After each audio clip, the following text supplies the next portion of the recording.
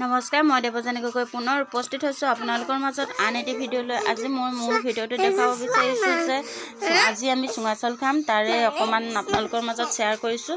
এয়া মোৰ মানুহজনে মানে চুঙাত চাউল ভৰাই দিছে, আহকচোন চাওঁ।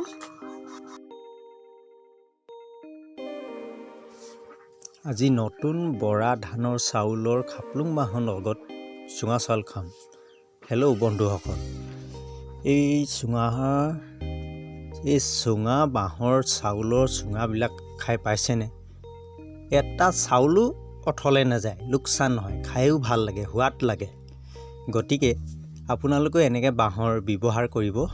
নামটো খাপলুং বাঁহ বুলি কোৱা হয় ইয়াক।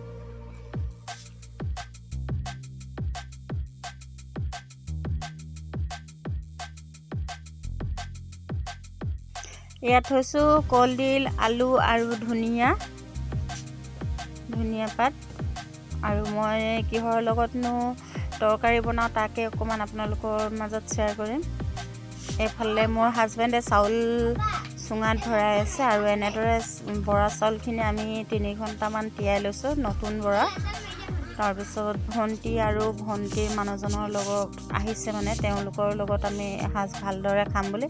ইয়াতে কেৰাহী গৰম কৰি থৈছোঁ আৰু এতিয়া তেল দিছোঁ। আৰু এতিয়া চাওক, মই তেল দিছোঁ নিজৰ পৰিমাণ অনুযায়ী, এনেকৈ তেল দিছোঁ।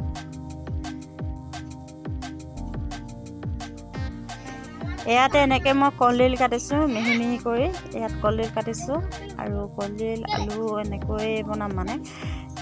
তাৰ লগত আমি গাহৰিৰ আগ মাংস, যিহেতু গাহৰি ডেইলি আমি খাই থকা হয়, সেইকাৰণে গাহৰি মাংসটো বুলি নহয়, কলিজা মাংস, কিছুমানে আগ মাংস বুলিও কয় বাৰু।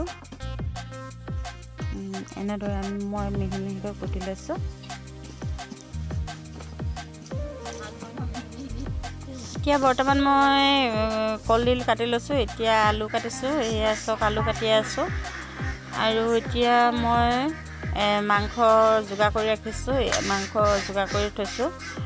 এইবোৰ মই কৈছিলোঁ আপোনালোকক, গাহৰি আগ মাংসৰ লগত আমি বনাম আৰু মা মছলাবোৰ এনেকৈ মানে ৰাখিছোঁ। আৰু এতিয়া মই কেৰাহীত পিঁয়াজ দিছোঁ, চৌকাত বনাইছোঁ। যিহেতু চৌকাত বনালে যিকোনো চব্জি খাই ভাল লাগে।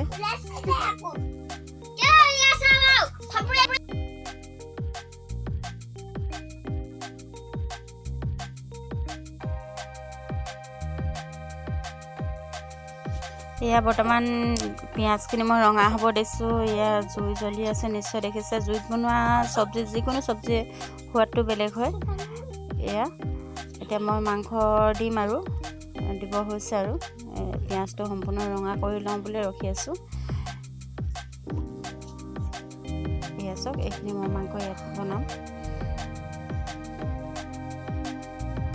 এয়া গাহৰি আগ মাংস। মই আপোনালোকক কৈছিলোঁ যে গাহৰি আগ মাংস কলডিল আৰু আলুৰ লগত এনেকৈ তৰকাৰী খাই বহুত ভাল লাগে। খাই চাবচোন যিসকলে খোৱা নাই। আৰু মই ইয়াত বেলেগ ধৰণৰ মানে মছলা ব্যৱহাৰ নকৰোঁ। ইয়াত মই পাঁচফোৰণৰ গুড়ি, হালধি আৰু জলকীয়া 3টা কাটি থৈছোঁ। এতিয়া লাহে লাহে মই এইখিনি দি দিম। প্ৰথমতে হালধিখিনি দি লৈছোঁ, এয়া হালধি দি আছোঁ। তাৰপিছত এতিয়া নিমখ দিম, এয়া নিমখ নিশ্চয় আপোনালোকে দেখিছে। তাৰপৰা এতিয়া মই জলকীয়াকেইটা দি দিছোঁ। এতিয়া মই ভালদৰে মাংসখিনি মানে লৰাই লৈছোঁ, এয়া লৰাই লৈছোঁ।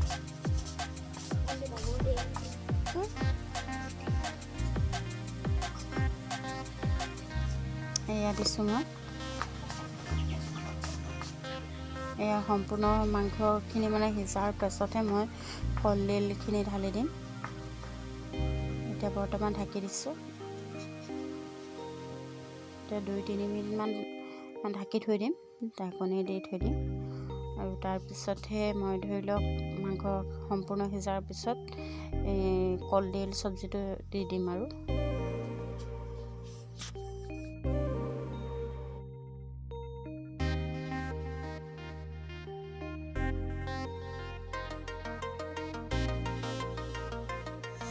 এতিয়া বৰ্তমান চব্জিখিনি মই ঢাকনিখন আঁতৰাই ভালদৰে লৰাই লওঁ। এয়া লৰাইছোঁ, চাই থাকক আপোনালোকে। ভিডিঅ'টো স্কিপ নকৰাকৈ, সম্পূৰ্ণ ভিডিঅ'টো স্কিপ নকৰাকৈ চাব বুলি আশা কৰিছোঁ। এতিয়া সম্পূৰ্ণ ধুনীয়াকৈ লৰাই মাংসৰ তেলটো সম্পূৰ্ণ ওলাইছে, আপোনালোকে নিশ্চয় দেখিছে। আৰু ইয়াতে মই এতিয়া কাটি লোৱা কলডিলখিনি ঢালি দিম। এয়া কলডিল আলু এনেদৰে কাটি থৈছিলোঁ আৰু এতিয়া মই ঢালি দিছোঁ। একচুৱেলি গাহৰি মাংসৰ মাজে সময়ে আমি খাই থাকোঁ, সেইকাৰণে আজি মই ভাবিলোঁ কলডিলৰ লগত গাহৰি আগ মাংস বনাই খাই চাওঁচোন, এই বুলিয়ে মই বনাইছোঁ। আৰু খাবলৈ নিশ্চয় সোৱাদেই, বহুত ভাল লাগে। এতিয়া মই কলডিলখিনি ভালদৰে লৰাই লৈছোঁ চব্জিখিনি।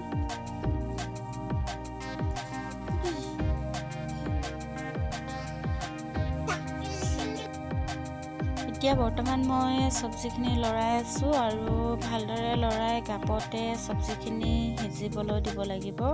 খুব বেছি 5-6 মিনিটমান ধৰি লওক। আৰু জুই তাপটো জুই তাপত বহুত ভাল লাগে চব্জি বনালে বা যিকোনো বস্তু বনাই খাবলৈ। আচলতে আমাৰ সমাজত জুই প্ৰায় নজ্বলাই গেছে ব্যৱহাৰ কৰে। আৰু মই মাজে সময়ে জুইত বনাওঁ যদিও মই জুইত বনোৱা ভিডিঅ' আপোনালোকৰ মাজত শ্বেয়াৰ কৰা নাই। সেইকাৰণে ভাবিলোঁ যে আজি জুইতে বনাই আপোনালোকৰ মাজত ভিডিঅ'টো শ্বেয়াৰ কৰিম বুলি। সেইকাৰণে মই চৌকাতে বহাই দিছোঁ। এইখন আমাৰ জুইশাল হয়। আৰু বিশেষ আজি মোৰ মন গ'ল, আৰু ভণ্টি আৰু ভনীজোৱাইৰ লগত যিহেতু এসাঁজ ভালদৰে খাম বুলি ভাবিছিলোঁ। এয়া চব্জিখিনি সিজিছে আৰু এইফালে চুঙা হৈ গ'ল, এইফালে তেওঁ বাহিৰত গুচাই আছে। এনেধৰণে চুঙা গুচাইছে। এতিয়া এওঁ এনেদৰে গুচাই আছে। আৰু যিটো বাঁহত আমি চাউল এনেকৈ চাউল দি ভৰাই লৈছোঁ বা ভাত বনাইছোঁ, এই চুঙাটোৰ বাঁহটোৰ নাম হৈছে খাপলং বাঁহ বুলি কয়। আমাৰ ইয়াতে নিচেই কাষৰতে পোৱা হয়। আৰু খাপলং বাঁহত ভাত সিজালে কেতিয়াও লোকচান নহয়, অকণমানো লাগি নধৰে। বাঁহটোৰ মাজত এখন ছাল থাকে, বাঁহৰ ছাল থাকে। আৰু যেনেদৰে চাউল ভৰাই দিয়ে আৰু তেনেদৰে সম্পূৰ্ণ ধুনীয়াকৈ এৰি আহে। নিশ্চয় বহুতে দেখিছে আৰু খায়ো পাইছে।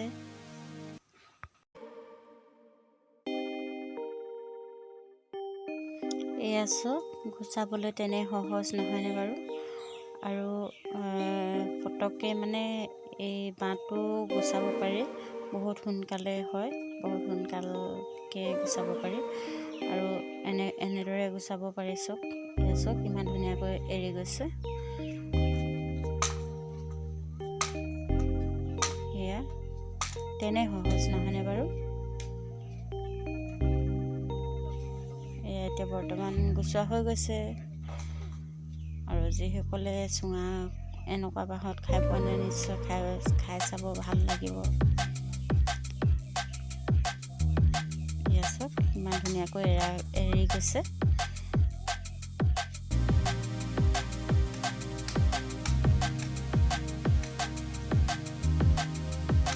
ইমান সুবিধা হয় নহয়নে বাৰু।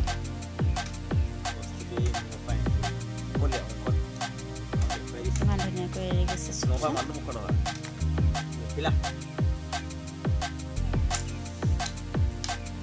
এনেদৰে গুচাই থৈ গৈছে।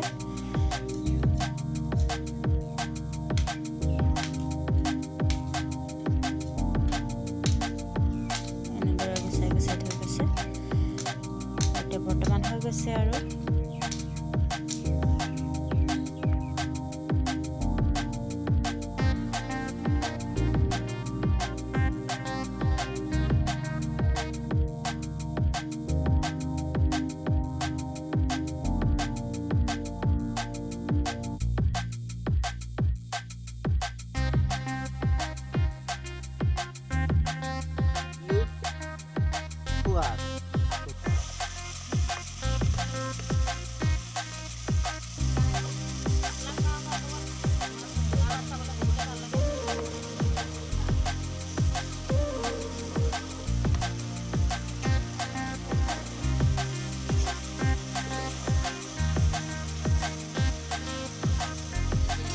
এয়া এতিয়া চব্জি মোৰ সম্পূৰ্ণ হৈছে আৰু এতিয়া মই ইয়াতে পানী অকণমান দিম।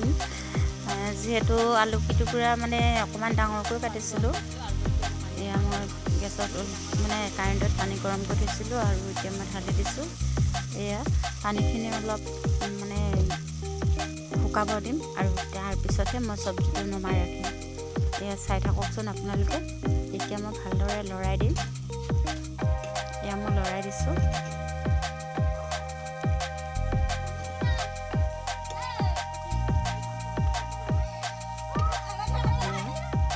আচলতে গাপতে আলু পিটুকুৰা সিজিলে, কিন্তু এনেই পানী অকণমান দি দিলে কলডিলৰ চব্জিটো ভাল লাগে।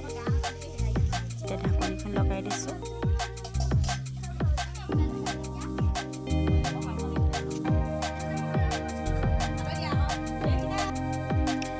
এয়া এতিয়া চব্জিখিনি হ'বলৈ হ'ল আৰু এতিয়া মই নমাবৰ টাইমতে ধনিয়া পাত কাটি থৈছিলোঁ।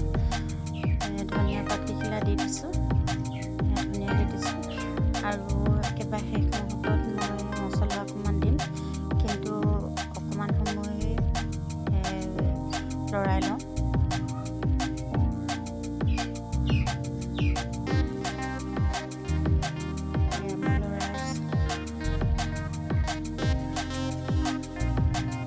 চাওকচোন ইমান ধুনীয়া লাগিছে নহয়নে? ৰং দেখিলে খাওঁ খাওঁ নালাগেনে বাৰু?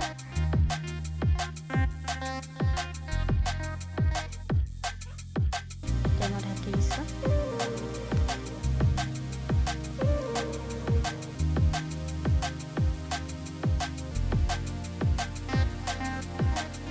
এতিয়া কলডিলৰ চব্জিখিনি সম্পূৰ্ণ সিজিছে বুলি ক'ব পাৰি আৰু এতিয়া মই ঢাকনিখন আঁতৰাই অকণমান মছলা দিম। যিহেতু এই মছলাটো মই প্ৰায় খালী চব্জিটো ব্যৱহাৰ কৰোঁ বাৰু। আৰু মাছ কেইটুকুৰামান আনিছিলে, তাৰো ফ্ৰাই কৰি দিম।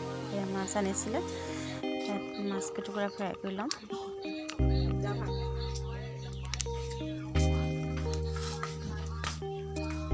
হালধি দিছোঁ। নিমখ হালধি দি ভালদৰে মিছল কৰি মানে মাছ কেইটুকুৰা ফ্ৰাই কৰি দিম।